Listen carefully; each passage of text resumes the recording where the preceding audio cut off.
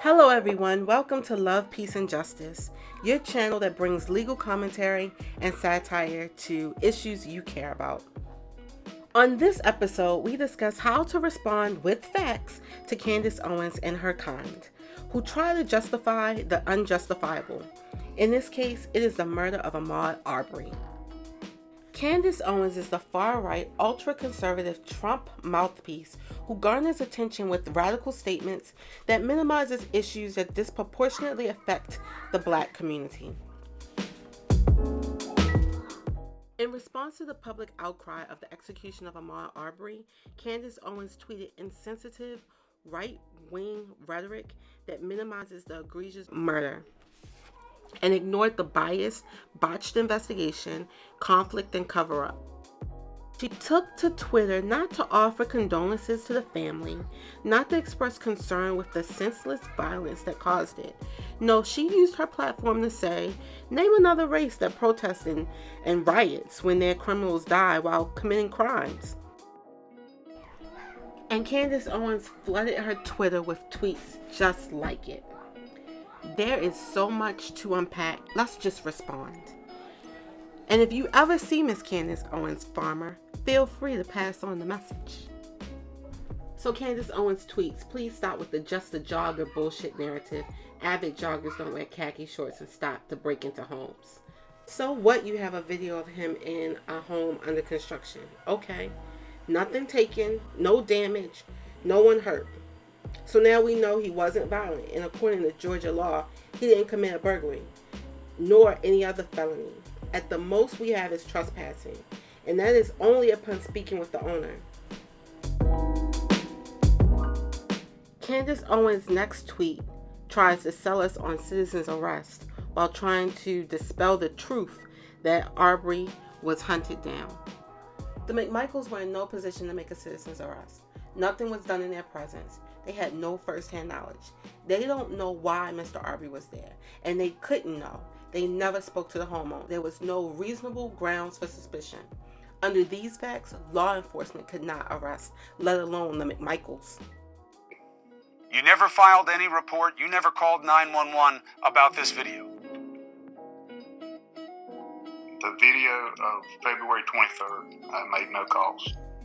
Do you believe that Arbery stole anything from your house that day? No, whatsoever. Now, the McMichaels told police in the police report here that he had been seen, Arbery had been seen on surveillance video. Did you share this video with the McMichaels? No. Other people were caught in the home and lived to see another day.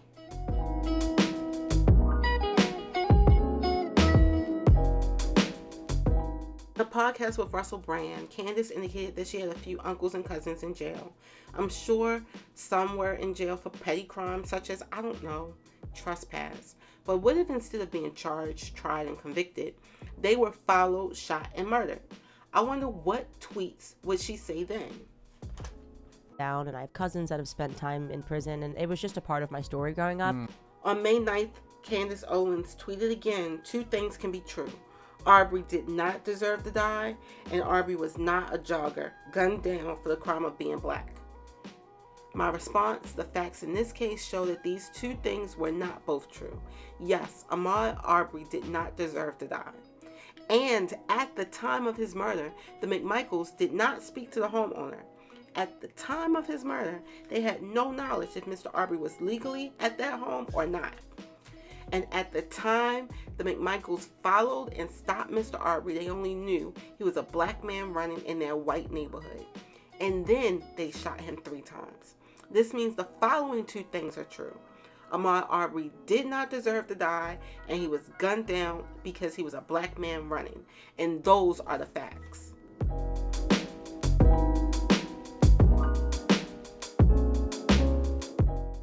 Candace says, Black America crickets when Tashawn Lee was murdered.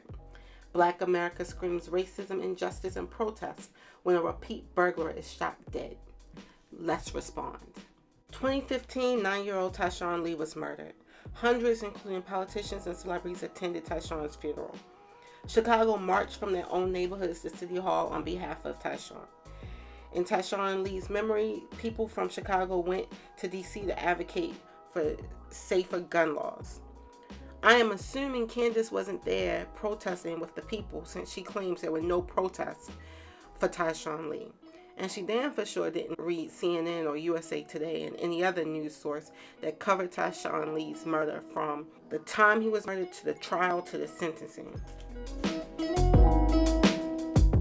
the case of Ahmaud Arbery, there were protests and public outcry because when a man was murdered, no excuse and no justification, his mother was lied to. She was told that her son was killed by the homeowner during a home invasion, and video showed otherwise. Prosecutors sat on their hands and on that video and stalled bringing charges. That is until there were protests and public outcry. And if there wasn't, we would still be waiting. So why does Candace Owens do it? Why does she send tweets that justify the wrong and perpetuate stereotypes and a racist agenda? Who knows why she is playing devil's advocate? Our main focus should be to remain focused. Remain focused on the issue. Candace Owens and her rhetoric is a distraction. And despite her smoke and mirrors and her tweets, we want justice for Ahmaud Arbery. So we should put our love and our energy and our prayers to good use. We should continue to watch in the trial of the McMichaels, advocate for justice. We should continue to support our local NAACP and other organizations that are in the fight with us for justice.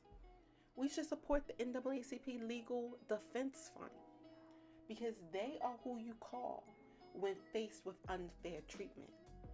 Ask Candace Owens when she called the NAACP when she was a victim of a hate crime. Thank you for listening. Please like this video, subscribe, and follow. Wishing you all love, peace, and justice. I know I'm corny.